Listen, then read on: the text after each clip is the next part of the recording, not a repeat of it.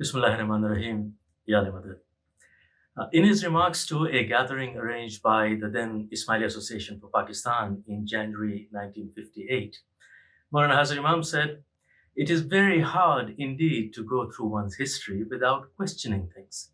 And I am particularly pleased that you should do this work, that you, as my chief spiritual children, should go through their own history and try to understand the development which has happened so that you can explain to your children what is the meaning of Imam and what is the meaning of Iman."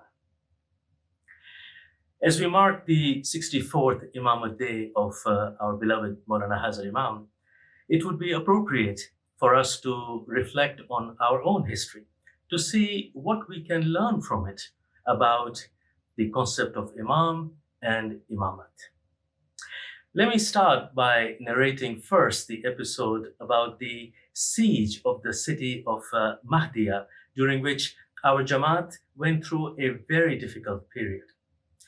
All of us have heard of the Fatimid period of our history. We know, for instance, that it starts with Imam al-Mahdi at the beginning of the 10th century. A few years after the establishment of the Fatimids, Imam al-Mahdi had arranged to build a city in what is now Tunisia. That city was called Al-Mahdiya, which became the capital city of the Fatimid Empire. Later, towards the end of the Imamate of Imam al-Qaim alayhi salam, who was the second Fatimid Caliph, a rebellion led by Abu Yazid Khariji gained strength and almost succeeded in overthrowing the Fatimids.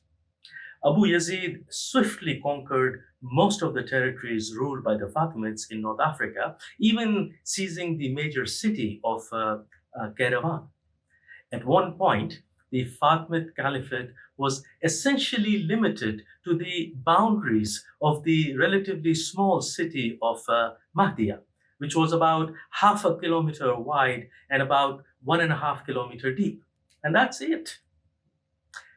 Fortunately, the rebels could not break through the iron gates and the fortified walls of the city. So they decided to blockade Mahdia. The Jamaat and the Imam were trapped in the city for nearly a whole year. We are told that the forces of Mahdiya put up stiff resistance, and their counterattacks ultimately forced Abu Yazid and his troops to retreat. Now, it is interesting to look at the role played by the Imams during these difficult times. We know, for instance, that during this period and after the siege as well, there were rebellions in the Fatimid domains at multiple locations. The Imam had sent his own son to fight the enemies. Now, while these battles were going on, Imam al-Qaim passed away.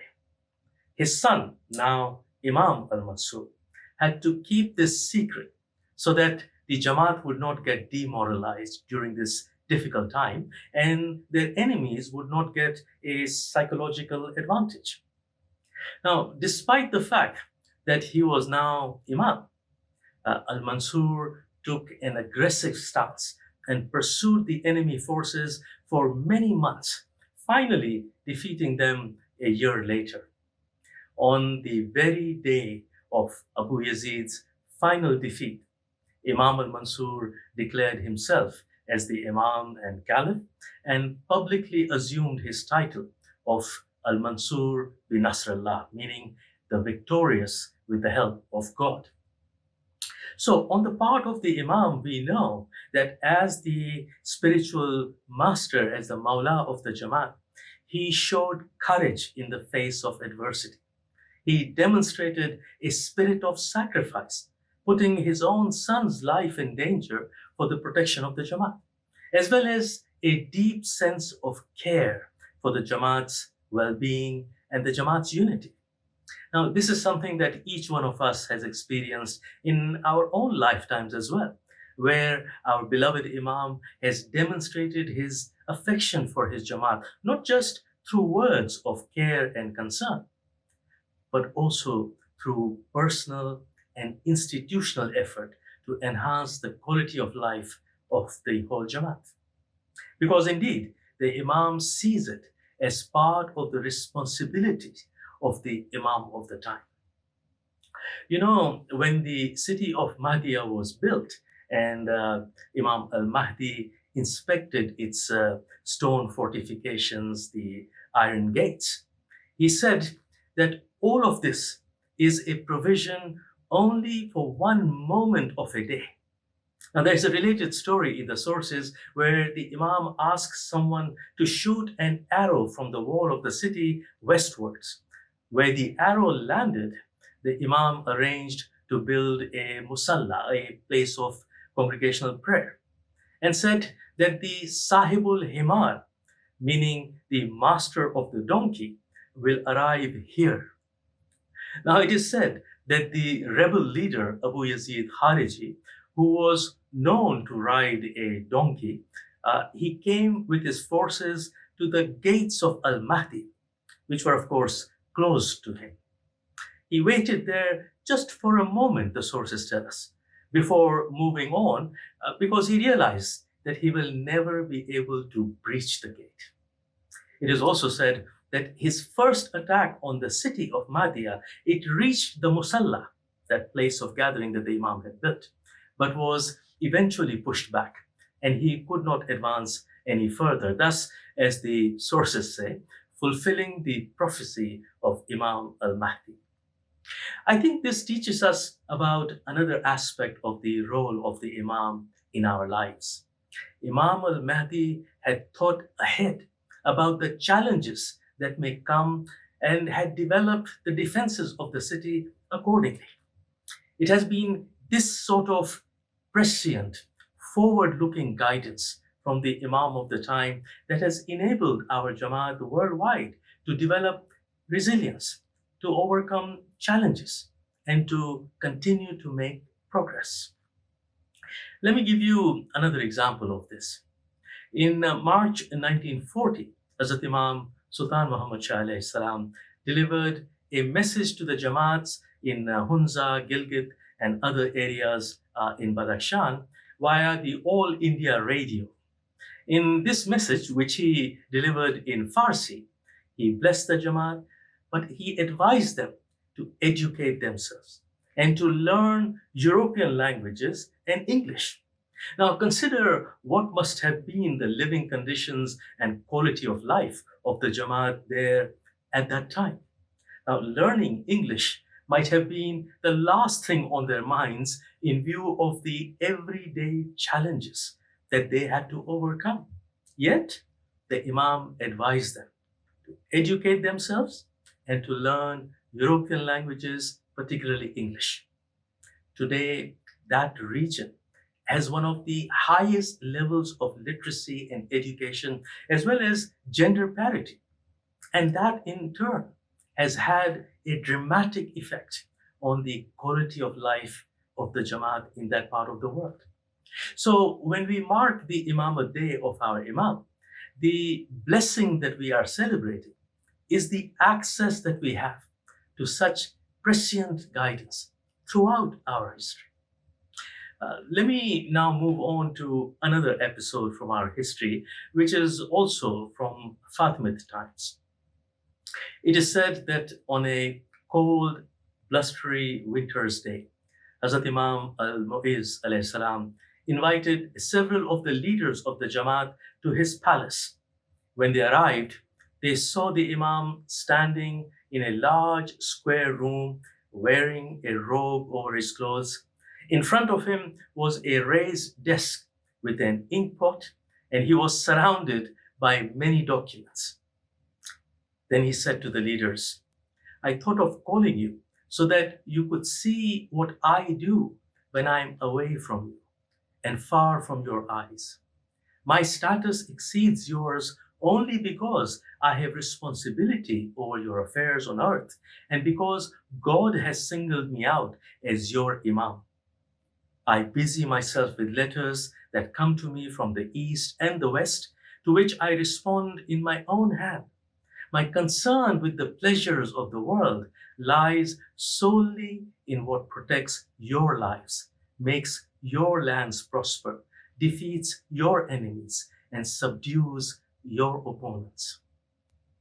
Now, this is just one of many episodes we find in our history that remind us of the unrelenting efforts of our Imams for the protection, for the guidance, and progress of the Jamaat.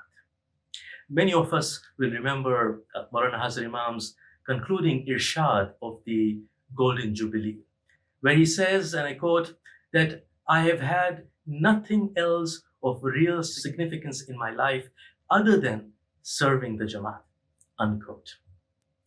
Like many in the Jamaat, I remember hearing stories from a very young age about how hard our Imam has worked for our betterment.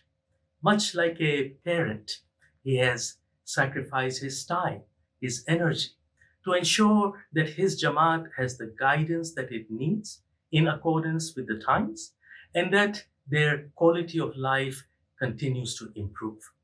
This is why one of the sentiments that is often expressed on the occasion of Imam Day is that of gratitude to God for having a spiritual leader amongst us who has shepherded our lives with such care and such affection.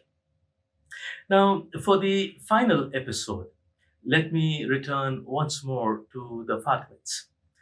When Imam al-Mahdi moved to his newly built capital, the Mahdiya that we talked about, there occurred a dispute between some of his murids regarding lands that the Imam had gifted to them. The Imam asked a trusted murid to investigate the matter and to report back to him. Now, this murid did as he was told, and he reported back to the Imam, and on the basis of this, the Imam resolved the dispute.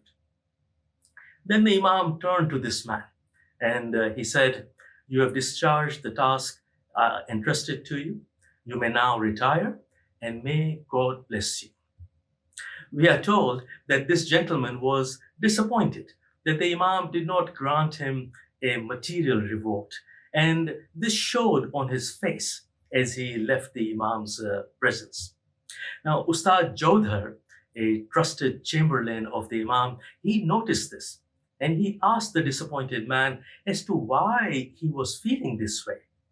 The man said that instead of the blessing, he would have preferred to receive something that he could enjoy when he got back home. Ustad Jodhar explained to him that the blessings of the Imam upon him is better for him than anything in this world. But the man was not satisfied. So Ustad Jodhar offered to buy the blessings from him, which the man agreed to sell for 10 dinars.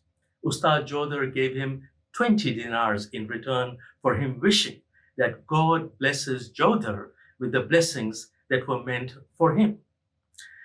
3 days later, the Imam hears about this exchange, and he summons Ustad Jodhar to ask if it was true that this man had, as the Imam put it, asked to exchange the best thing for the meanest thing.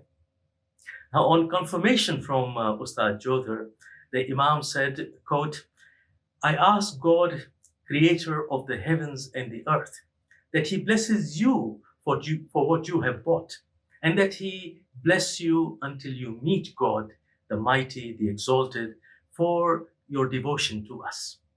The Imam also ordered that Ustad Jodhar be awarded 100 dinars and a precious robe of honor. Now, this episode is a good reminder for us not to take the presence, the grace, and the blessings of the Imam for granted.